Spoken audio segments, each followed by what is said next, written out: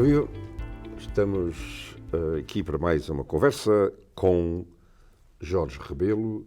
Ele esteve aqui já há uns anitos, quando se começou a falar de uma exposição que era um sonho do avô dele, Domingos Rebelo, o grande artista português dos Açores de São Miguel, Domingos Rebelo, que tinha sonhado com ter uma exposição nos Estados Unidos.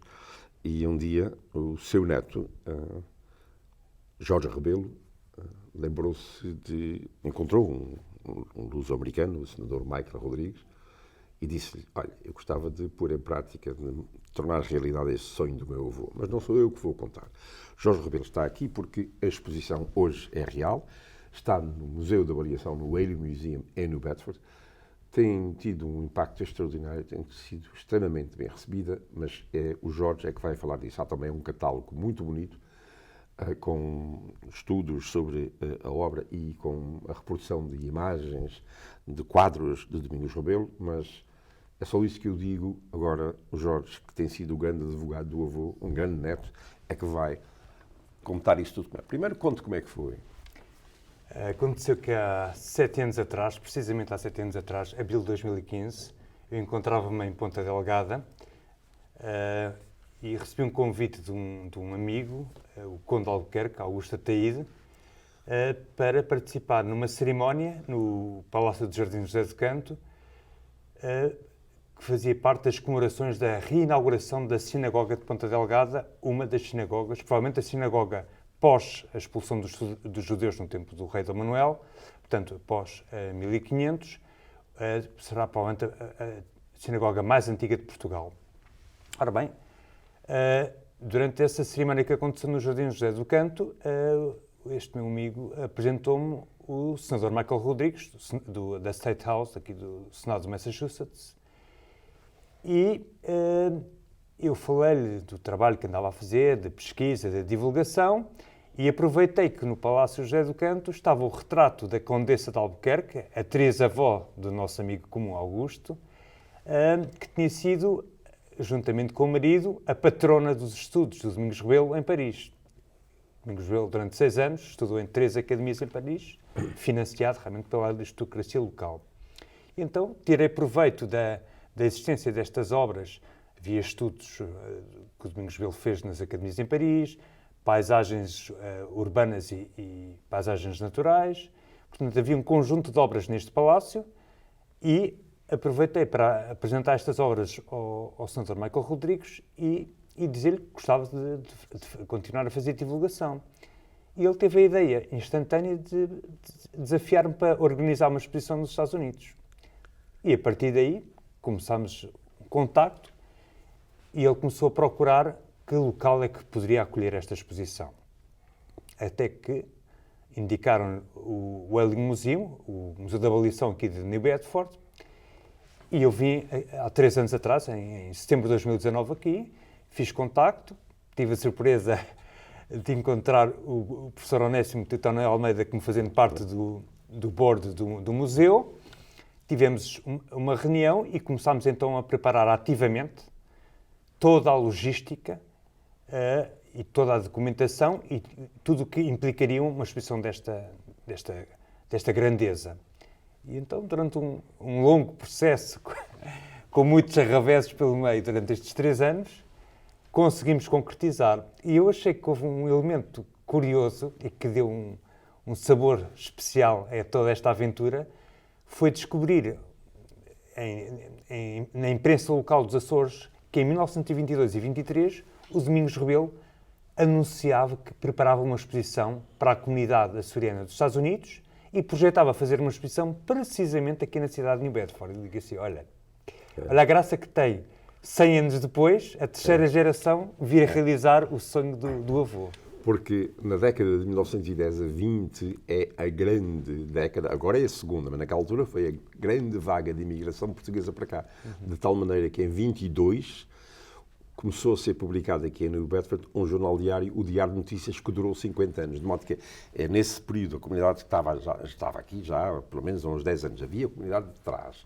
gente que veio, meados, sobretudo do século XIX, aqui à volta para Fall River, nas fábricas, etc., porque a baleação vieram para o Better, mas não era muita gente. Assim, em peso veio nos anos. Portanto, quando o seu avô estava a pensar nisso, aqui esta comunidade já era pujante, já ia, e de facto, ao fim de 100 anos, o neto conseguiu realizar o sonho do avô. A exposição está maravilhosa. Esta conversa é toda publicidade. O que importa é que os telespectadores decidam, vão ao museu, aproveitam, veem o museu e vejam a exposição. Aqueles que nunca viram o museu vão deparar-se com uma experiência extraordinária. Mas, claro, vale a pena, vão primeiro agora ver a exposição e não deixem, embora a exposição esteja durante vários meses, vai ficar até setembro, não guardem lá muito para diante, porque depois vão adiando. E, portanto, toda esta conversa aqui é publicidade. Vamos falar do Domingos Rebelo, da sua arte. Fale-me do seu avô. Primeiro, como é que você se interessou? Não são todos os netos que se interessam pela obra do avô. O meu avô, pronto, dava-me umas lembranças de Natal e no aniversário, mas como é que foi isso? Olha, a questão é a seguinte, nós somos 13 netos. Domingos Rebelo teve 13 netos. Desde criança eu tive uma proximidade muito grande com o meu avô. Para já por uma questão geográfica. A casa onde eu vivia era 4 quarteirões distante dos meus avós. E eu e o meu irmão e as minhas irmãs íamos com frequência a casa ter com os avós, brincar, ouvir histórias. Ao fim de semana, o meu pai tinha o hábito de nos levar a fazer piqueniques para fora de Lisboa e os meus avós, principalmente o Domingos Rebelo, adoravam o contacto com a natureza. Portanto, houve um convívio durante a minha infância. O meu avô faleceu quando eu tinha 8 anos. Portanto, houve um contacto direto. Agora, o Domingos Rebelo, como bom ilhéu, era uma figura mais reservada, mais voltada para dentro de si, não era de grandes conversas. Quem falava mais era mais a minha avó, que era de Viseu, que eu digo que ela falava pelos cotovelos. Mas ficou-me aquela memória realmente daquela presença física, daquele carinho, daquela atenção do meu avô. Como criança, eu via os quadros, achava bonitos, mas não muito mais do que isso. Aos 20 anos, fruto de eu sempre tive uma apetência por História, e depois mais tarde fui estudar na Universidade de História, tive também sempre uma grande apetência, porque fui criado numa família toda ligada à questão das artes. O meu pai era arquiteto, levava-nos a exposições. Houve sempre uma grande exposição. Eu fiquei sempre muito exposto à questão de desenho, pintura, música, às artes. E quando tinha 20 anos e fomos abordados por um conjunto de jovens açorianos que quiseram montar uma exposição do Domingos Rebelo em Ponta Delgada, despertou aí o meu interesse, porque abrimos as portas, mostramos o nosso espólio familiar e eu comecei a ver, nós realmente temos aqui coisas muito bonitas. E eu comecei a fotografar, de uma forma assim, eu digo, desportiva. E depois comecei, deixa-me saber mais um pouco das histórias. E comecei a vasculhar o que havia de documentação. A minha avó teve um cuidado muito grande em juntar tudo o que eram artigos de jornais, cartas, documentação. E aquela coisa do bichinho começou a crescer em mim, aquela coisa de começar aquela curiosidade. E comecei a ver assim, há aqui um corpo importante, não só da obra em si, mas também documental, que explica muito do que se passou e dá um contexto à obra.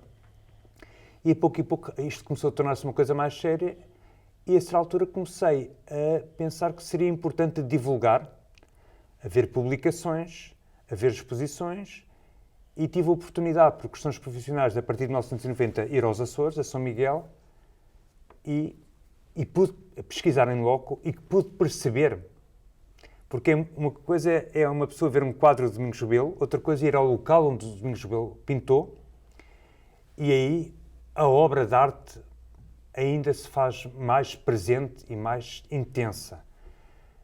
E eu comecei cada vez a ganhar mais gosto e a ganhar uma paixão. E a partir de 2011, através da Escola Secundária de Domingos Rebelo, que comemorou os 120 anos com uma exposição, eles precisavam de material, alguém deu o meu contacto e então eu emprestei uma parte do meu arquivo fotográfico, que eles fizeram uma exposição com documentação com esse arquivo e convidaram-me se eu queria participar. E então fui lá, fiz uma comunicação e comecei aí realmente ativamente a fazer um trabalho de divulgação localmente. contactando várias instituições, contactos com câmaras de Ponta Delgada, Câmara de Lisboa, Instituto Cultural de Ponta Delgada, sempre um contacto muito direto com a Escola Domingos Rebelo, que faz um trabalho importantíssimo de manter a memória do patrono. Todos os anos eles comemoram portanto, o aniversário da escola e comemoram o aniversário do patrono. E fazem várias iniciativas para os estudantes para saberem quem é o patrono e o que é que ele fez.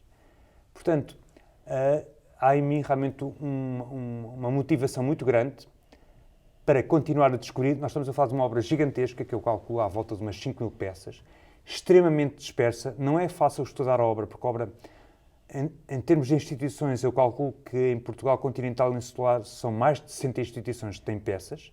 Coleções particulares são imensas, espalhadas não só por Portugal continental e Açores, mas pelo mundo. E eu digo por brincadeira, onde houver um açoriano, próximo deve de haver uma obra de Domingos Rebelo.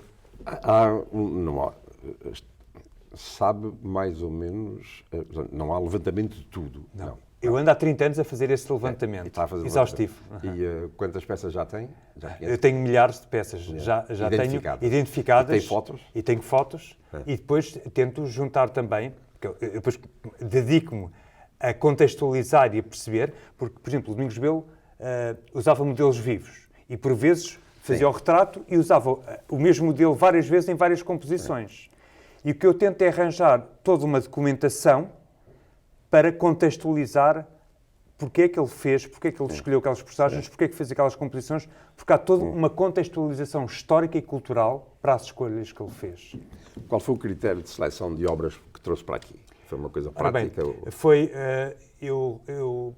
A minha ideia foi, por um lado, temáticas que eram importantes para o Domingos Rebelo, o retrato, a paisagem, pinturas de costumes, e depois a minha ideia foi mostrar várias técnicas e sensibilizar o público para o trabalho que está por trás das composições. Portanto, todos os passos que o artista dá até a chegar à composição final, todos os estudos que isso implica, desde os primeiros esboços muito, muito simples, a lápis, até estudos mais elaborados a carvão, ou mesmo estudos a óleo ou a aguarela, até se chegar a peças finais. Portanto, nesta exposição, as pessoas têm acesso a obras finalizadas, composições finais e vários estudos em várias técnicas. Isso revela realmente o caráter e a diversidade e a mestria que o Domingos Rebelo tem sobre os materiais.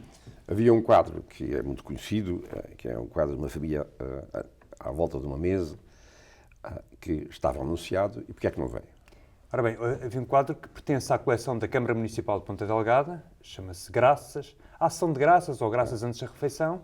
É um quadro que foi pintado na Ilha de Santa Maria, em casa de uns amigos do Domingos Rebelo, da família do pintor José Nuno da Câmara Pereira, Sim. mais precisamente. Infelizmente, o quadro é de grandes dimensões. Para ser protegido, teria que ter uma caixa especial que lhe aumentaria as dimensões e não foi possível que esse quadro entrasse no porão de um avião para transportar. Nem na SATA, nem na TAP. Depois ainda se pensou em levá-lo na TAP de Ponta Delgada para Lisboa, mas nem na TAP cabia. Foi uma grande pena. Foi. E porquê é que o quadro Imigrantes, famoso quadro dos Imigrantes, não vem? Esse quadro ainda...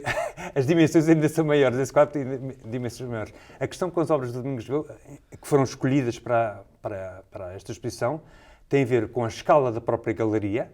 Sim. E também com a questão prática de transportar essas próprias obras e também quem estaria disposto a emprestá-las. Claro, estou a dizer isso para as pessoas que não ficarem desapontadas, porque alguns dos quadros mais conhecidos não estão.